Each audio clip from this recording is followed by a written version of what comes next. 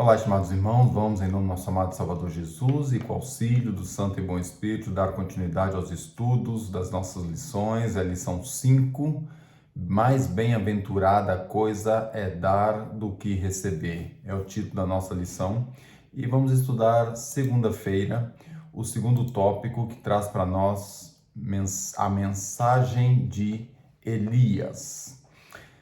Pergunta A. Por que precisamos estudar a vida do profeta Elias? Então, quem foi Elias? Malaquias, quando profetizava sobre os Elias, não é só um, né? Sobre os Elias, ele diz: Eis que vos enviarei o profeta Elias, antes que venha o grande e terrível dia do Senhor, e ele converterá o coração dos pais aos filhos e o coração dos filhos a seus pais, para que eu não venha e fira a terra, com maldição. Malaquias 4, 5 e 6. Capítulo 4, versículos 5 e 6. Portanto, aqui temos o profeta descrevendo Elias com o objetivo de converter, trazer a conversão, levar o elo que teríamos que ter, levar as pessoas a converterem, entre seus pais e filhos, filhos e pais, e também fazer com que a volta de Cristo seja anunciada, para que todos estejam preparados. Mas o Testemunho para a Igreja, volume 3, página 62, apenas inspirada, traz para nós algo também bastante elucidativo. Os que devem preparar o caminho para a segunda vinda de Cristo são representados pelo fiel Elias, do mesmo modo que João veio no espírito de Elias, a fim de preparar o caminho para a primeira vinda de Cristo. Então, da mesma forma que João Batista fez todo um trabalho para preparar as pessoas naquela época para a primeira vinda de Cristo, nós hoje somos o Elias moderno, que estamos fazendo o trabalho de preparar, ou deveríamos estar fazendo, o trabalho de preparar o mundo para a segunda volta de Jesus. Então, é necessário estudar a vida desse profeta, porque ele também fez um trabalho extraordinário e, devido ao seu trabalho tão interessante, ele não só foi levado ao céu, vivo, né, com a carruagem de fogo, que Eliseu ficou ali como seu precursor, e como também o próprio trabalho que, pelo seu nome, o próprio trabalho que João Batista fez, o trabalho que nós temos que fazer. Então, precisamos estudar a vida desse profeta. Pergunta B. O que significa proclamar uma parte essencial de uma mensagem vivificante? Então, qual o significado? Então, vamos ver 1 Reis 17, 13 a 16. Então, vamos ver aqui um pouquinho de Elias. Elias lhes disse: Não temas, vai, faze conforme a tua palavra, porém faze dele primeiro para mim um bolo pequeno e traze-mo aqui. Depois farás para ti e para teu filho.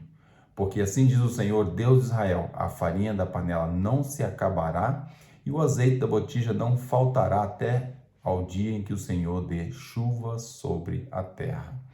E ela foi e fez conforme a palavra de Elias, e assim comeu ela e ele e a sua casa muitos dias. Da panela a farinha não se acabou, e da botija o azeite não faltou, conforme a palavra do Senhor que ele falara pelo ministério de Elias. Então nós vemos aqui uma pequena parte da história de Elias, dele falando para aquela viúva com seu filho, e a ordem que ele deu é: faz primeiro para mim.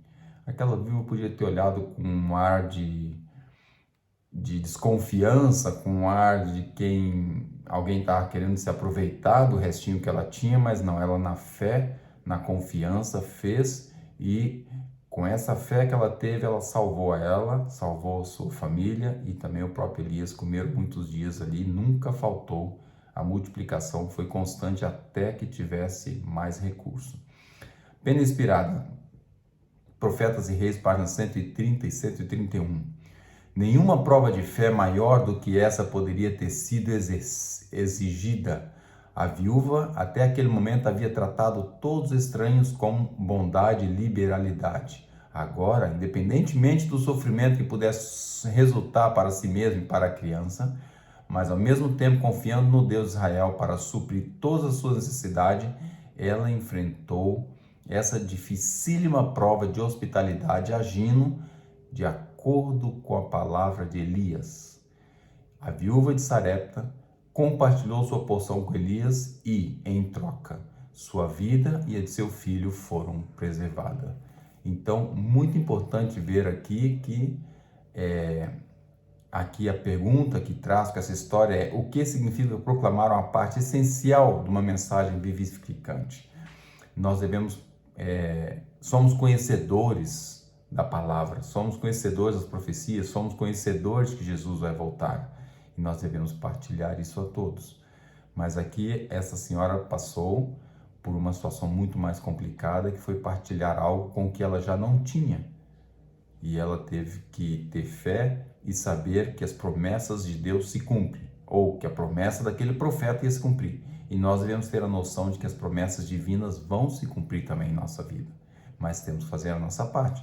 Aquela viúva teve que fazer a parte dela e nós também temos que fazer a nossa parte para que as coisas aconteçam. Pergunta C. Por que Deus fornece bens às pessoas, incluindo as pobres? Então vamos ver. Marcos, capítulo 10, versículo 21 e 22, traz ali o relato da vida de Jesus. Assim, e Jesus, olhando para ele, o amou e lhe disse: falta-te uma coisa, vai, vende tudo o que tens e dá aos pobres, e terás um tesouro no céu. E vem, toma tua cruz e segue-me. Mas ele, pesaroso dessa palavra, retirou-se triste, porque possuía muitas propriedades. Então nós vemos aqui a história do jovem rico, né? Do jovem rico.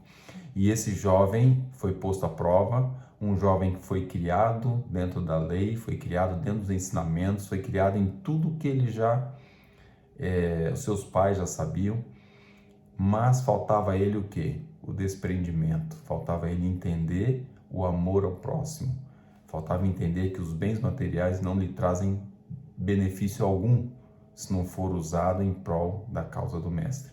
E ele recusou-se. Infelizmente, não se sabe o que será desse jovem. Deve ter perdido a salvação. E é lamentável. O apóstolo Lucas, capítulo 21, versículo 1 a 4, traz outro relato. E, olhando ele, viu os ricos lançarem as suas ofertas na arca do tesouro. E viu também uma pobre viúva lançar ali 2 pequenas moedas. E disse: em verdade vos digo que lançou mais do que todos esta pobre viúva. Porque todos aqueles deitaram para as ofertas de Deus do que lhes sobeja. Mas esta, da sua pobreza, deitou todo o sustento que tinha. Irmãos, isso é uma mensagem muito bonita. É algo bastante forte também.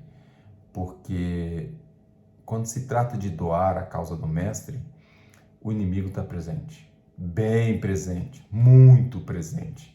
Porque nós somos capazes de sair jantar fora e gastar, às vezes, 10 vezes mais aquilo que nós colocamos na sacolinha. Uma realidade triste para nós. Para o meu benefício, para o meu bem-estar, para o meu social, eu faço isso. Mas quando se trata da oferta, será que aquilo que você gasta no sábado à noite, quando vai jantar fora, equivale àquilo que você colocou no tesouro do Senhor, na escola sabatina ou na oferta de gratidão? É uma questão que me foi colocada e me fez refletir, me fez mudar as minhas atitudes. E nós devemos todos olhar para isso com um olhar diferente. Nós estudamos ontem sobre a retenção, estudamos ontem sobre a bênção, estudamos ontem sobre, não que a gente vai comprar a Deus, não. Nós temos que ter o coração aberto, devemos ter um coração administrativo, devemos gerir os nossos bens de forma correta e fazer as coisas bem certinha, porque o que enriquece, como lemos ontem, o que enriquece é o quê? É a bênção de Deus. E se nós tivermos com as bênçãos abertas, realmente as coisas acontecem. Vamos ler a Pena Inspirada, uma frase de Things of Times, 31 de outubro de 1900. Diz a Pena Inspirada: Deus lhe dá para que elas possam compartilhar com outros.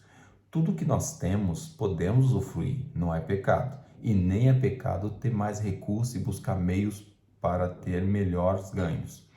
Mas Deus nos dá com um propósito: compartilhe. Vamos ver agora Testemunho para a Igreja, volume 4, páginas 619 e 620. Diz o texto: O Senhor, às vezes, prova seu povo, tornando-o próspero em bens seculares. No entanto, ele almeja que façam bom uso de seus dons. Esse dom é o dom de ganhar recursos, ganhar dinheiro. A propriedade, o tempo, a força e as oportunidades que têm pertencem a Deus. Por isso, eles devem prestar contas de todas essas bênçãos àquele, tá maiúsculo, que as doou. Quando vemos as carências e a necessidade atacando nossos irmãos e nos recusamos a ajudá-los, enquanto nossas próprias necessidades estão supridas, estamos negligenciando um claro dever revelado na palavra de Deus. Ele nos fornece liberalmente para que possamos ajudar os outros. É a beneficência que vence o egoísmo e enobrece e purifica a alma. Alguns abusam dos talentos que Deus lhes confiou e fecham os olhos para não verem a necessidade da causa divina. Tapa os ouvidos para não ouvirem sua voz, indicando-lhes o dever de alimentar os famintos e vestir os nus. Algumas pessoas que afirmam ser filhas de Deus parecem ansiosas em investir seus recursos no mundo, com medo de que esses recursos retornem ao doador de forma de oferta e doações. Esquecem-se de sua missão divina e se continuarem a seguir as diretrizes de um coração egoísta, gastando tempo e recurso precioso para satisfazer o orgulho, Deus lhe enviará dificuldades e elas sentirão o aperto da escassez e da necessidade por causa da ingratidão passada. Nesse caso, Deus, ele confiará seus talentos a mordomos mais fiéis que reconhecerão suas reivindicações sobre esses bens. Irmãos, é uma leitura muito elucidativa, muito direta, muito objetiva, muito ao ponto. Nosso tempo, nosso dinheiro, nosso entendimento, nossa capacidade, tudo pertence a Deus. Deus que forneceu, Deus nos deu e Deus permitiu. E muitas vezes somos prósperos, somos pessoas que temos bastante recurso, somos pessoas que às vezes a vida está abastada, não à vista do que nós queremos. Esse é um fator importante. Muitas vezes você acha que não é rico, que você não tem condições, porque você olha para aquilo que você quer, você olha para o teu vizinho que está melhor, você olha para o outro irmão que às vezes está mais abastado. Mas será que a gente olha para o contrário? Aqueles irmãos que têm dificuldade até conseguir recurso para passagem para ir para a igreja? Será que nós estamos olhando para outros irmãos que estão passando dificuldade, às vezes passando até fome, restringindo a alimentação por falta de recurso? Então, é muito importante nós fazermos uma avaliação completa de como é que estamos gerindo o recurso que Deus nos deu. Temos tudo? Estamos a comprar supérfluo? Estamos, às vezes, a trocar de roupas desnecessariamente, a trocar de viatura desnecessariamente, só pelo luxo? Será que antes eu olhei à minha volta, ver se tem algum necessitado, principalmente dos mestres da fé, precisando? Então, irmãos, que Deus nos abençoe, Deus nos ajude, nos dê sua graça para que possamos fazer uma excelente, uma boa gestão de todo o conhecimento que Deus traz para nós.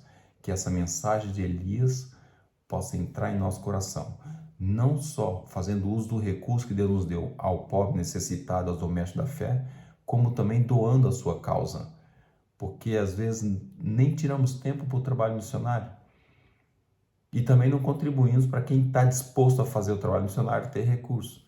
E andamos sempre na contramão da salvação. Então vamos andar na mão certa. Contribuir, olhar para o necessitado, olhar para o faminto, olhar para o doméstico da fé. Contribuir para a causa do mestre, para aqueles que estão desejosos de ter mais recursos para a causa, para pregar o evangelho.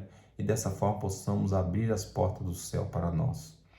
Uma pequena historinha antes de terminar. Um irmão conversando com o pastor Meirelles, meu pai, e o pai perguntou para ele: irmão tem a vida bastante abastada e ajuda muito a obra, ajuda muito a Deus e as pessoas, e não lhe falta recurso, qual é o segredo? O irmão riu assim, riu um pouquinho, depois olhou o irmão Meirelles: eu pego aqui a minha pazinha pequenininha e mando lá para o céu. Sempre que eu posso, eu olho em volta, pego da minha pazinha, do recurso que Deus me dá e mando para o céu. E Deus pega a pazona dele e derrama para mim aqui, não consigo com a minha pazinha desfazer de tanto que Deus me dá, que Deus me abençoa. Ele falou, é mesmo assim, irmãos? Irmão, desde que eu decidi ajudar, contribuir e ser liberal, nunca mais me faltou e sempre sobrou muito. Então que fica aí um incentivo para todos os irmãos, para todos que têm recurso, que não têm também, porque às vezes você acha que é pobre e não contribui. Não, no seu recurso, no seu percentual, contribua. Deus não quer quantidade. Aqui na história da viúva, tinha gente levando ali caixotes, empregados levando caixote de dinheiro. O que valeu para Deus foi as 2 moedinhas da viúva. Então não tem a ver com quanto a pessoa ganha ou com quanto contribui. Tem a ver com que o seu coração está disposto a abrir mão. E aí vem a bênção. Que Deus nos abençoe e dê essa graça para sermos fiéis mordomos ao nosso Pai Celestial. Amém.